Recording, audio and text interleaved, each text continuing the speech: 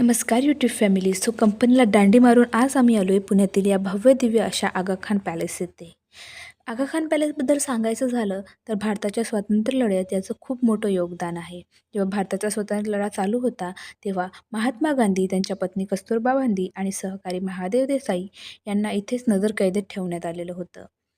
इथे महात्मा गांधीजींद्वारे वापरल्या गेलेल्या वस्तू, माळ, चपला, कपडे, पुस्तकं इत्यादी वस्तू इथे संग्रहित करून ठेवण्यात आलेल्या आहे. त्याचबरोबर इथे भरपूर देखावे देखील आहेत. इथे भारताच्या चळवळीचं देखील दृश्यान्तर केलेलं आहे. नक्की एकदा आगा खान पॅलेसला व्हिजिट करा आणि तुम्हाला आगा खान पॅलेस कसं वाटलं नक्की सांगा. भेटूया नेक्स्ट ब्लॉगमध्ये. त्यापर्यंत टाटा बाय बाय.